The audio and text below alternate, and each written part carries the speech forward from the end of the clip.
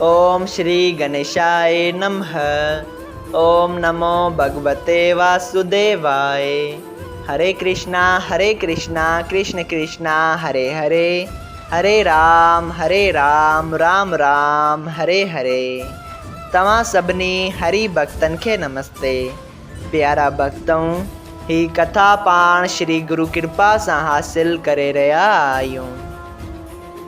श्री गणपति सरस्वती जो दरे ध्यान करियां थो मां भागवत महापुराण जो बयान, जंहिंमें व्यासदेव ऐं श्री सुखदेव जी कयो आहे श्री कृष्ण लीला जो गुणगान। सभई चो जय भागवतम महापुराण। प्यारा भक्तों, कल कथा में पाण श्रीमद् भागवत महापुराण साहिब जे नाए स्कंद जे 22 अध्याय जे 3 भाग में श्री सुखदेव जी जे मुखा राजा परीक्षित जे वंश जी कथा ॿुधी हुई। तंहिं बाद अध्याय 23 में राजा परीक्षित के श्री सुखदेव जी महाराज यदुवंशी जी कथा ॿुधाइनि था, जंहिंमें कल पाण मधुअ जे पुट जी कथा ॿुधी हुई। अॼु पाण उन ही कथा के वधीक अॻिते वधाईंदे श्रीमद् भागवत महापुराण साहिब जे नाए स्कंद जे 23 अध्याय जो ॿियो भाग शुरू करे रहा आहियूं। श्री सुखदेव जी महाराज ॿुधाइनि था त मधुअ जो पुट बर्ष्ती नाले थियो, जंहिं मां यदुवंशी, बर्षनवंशी ऐं मधुवंशी सॾिजनि था। बर्षनी जो पुट शिशबंद अहिड़ो त धर्मात्मा हो, जंहिं वटि 14 रतन हुआ। उन पंहिंजी शादी 10 लखनि स्त्रियनि सां कई हुई ऐं हरी इच्छा सां उनखे 10 करोड़ पुट पैदा थिया, जिन मां सभिनी खां वॾे जो नालो परजित ऐं नंढे जो जांग हो।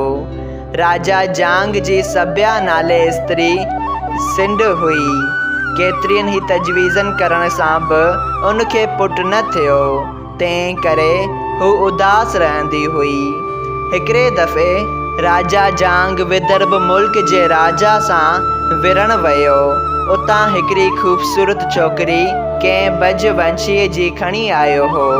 जॾहिं उन सिंध स्त्रीअ ॾिठो त मुंहिंजो स्वामी हिकिड़ी तमामु सुंदर स्त्रीअ खे पंहिंजे रथ ते चाढ़े आयो आहे, तॾहिं उन कांवरजी राजा जांग खे चयो त तो ही छोकिरी छो आंदी आहे। राजा डिॼंदे चयो, मां तुंहिंजे वास्ते नूंहुं आंदी आहे। इहा ॻाल्हि ॿुधी राणी खिली चयो त ए राजा, छा तो मूं खे बेवकूफ़ सम्झियो आहे? जॾहिं मूं खे पुट ई कोन्हे त ही नूंहुं वरी कहिड़ी तरह थींदी? तॾहिं राजा जवाबु ॾिनो त पुट पैदा थियण खां पोइ उनजो हिन सां विहांउ कबो। हरी इच्छा सां उन वक़्तु आकाशवाणी थी त तूं धीरज धर, तोखे पुट पैदा थींदो। इहा आकाशवाणी ॿुधी राजा ऐं राणीअ खे ॾाढी ख़ुशी थी ऐं हिननि वैष्णव देव जो भोॼन कयो। जॾहिं उन जे आशीर्वाद ऐं परमेश्वर जी इच्छा सां उन सुंड राणीअ खे हिकिड़ो सुंदर ऐं तेजवान बालक पैदा थियो, तॾहिं राजा उन जो नालो विदर्भ रखी उहा छोकिरी उन सां परणाई ऐं पंहिंजे पुट खे राजगद्दी ॾेई पाण स्त्रीअ समेत जंगल में हलियो वियो ऐं परमेश्वर जो ध्यानु करे मुक्त पदवी पाताईं। सभई चओ जय श्री कृष्णा। श्रीमद् भागवत महापुराण साहिब जे नाए स्कंद जो 23 अध्याय संपूर्ण थियो। अध्याय 24 राजा उग्रसेन ऐं ॿियनि जो पैदा थियण। श्री सुखदेव जी महाराज ॿुधाइनि था, ए राजा परीक्षित, राजा विदर्भ खे 3 पुट कश, कर्थ ऐं रोम पैदा थिया। रोमपाद जे वंश में जयद्रथ नाले वॾो प्रतापी चंडेलीअ जो राजा थियो, जंहिं जे घर शिशुपाल जनम वरितो हो। उन जे कुल में देवावर्द ऐं बबू ॿई अहिड़ा धर्मात्मा ऐं ज्ञानी थिया जिन जे सत्संग सां 6065 माण्हू मुक्तिअ खे प्राप्त थिया ऐं बबूअ जे वंश में चित्राजत ऐं परसेन जनम वरितो ऐं विदर्भ जे वंश में जजदान ऐं सातकी वॾा बलवान थी 6 ई जजदाननि खे सफल्क पुट पैदा थिया ऐं सफल्क जी गादी नाले स्त्री उन मां अकरूर ऐं ॿिया 11 छोकिरा पैदा थिया। उहे सभु वृष्णी वंश जा सॾिजनि था। ऐं राजा युद्ध जे वंश में राजा अंधक वॾो प्रतापी पैदा थियो। उनखे दंदबी नाले पुट पैदा थियो ऐं दंदबीअ खे आहक नाले छोकिरो ऐं आहकी नाले हिकिड़ी धीउ पैदा थी।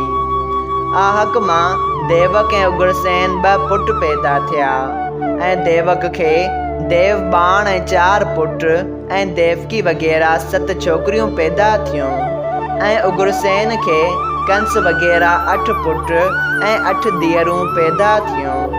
उहे सभु छोकिरियूं वासुदेव जे नंढे भाउ सां परिणियूं हुयूं ऐं देवक देवकी ऐं ॿियूं सभई पंहिंजियूं छोकिरियूं वासुदेव खे परणायूं ऐं पांचाल देश जो राजा कुंतभज राजा सूरसेन सां ॾाढी प्रीत रखंदो हो, पर उनखे औलाद न हो।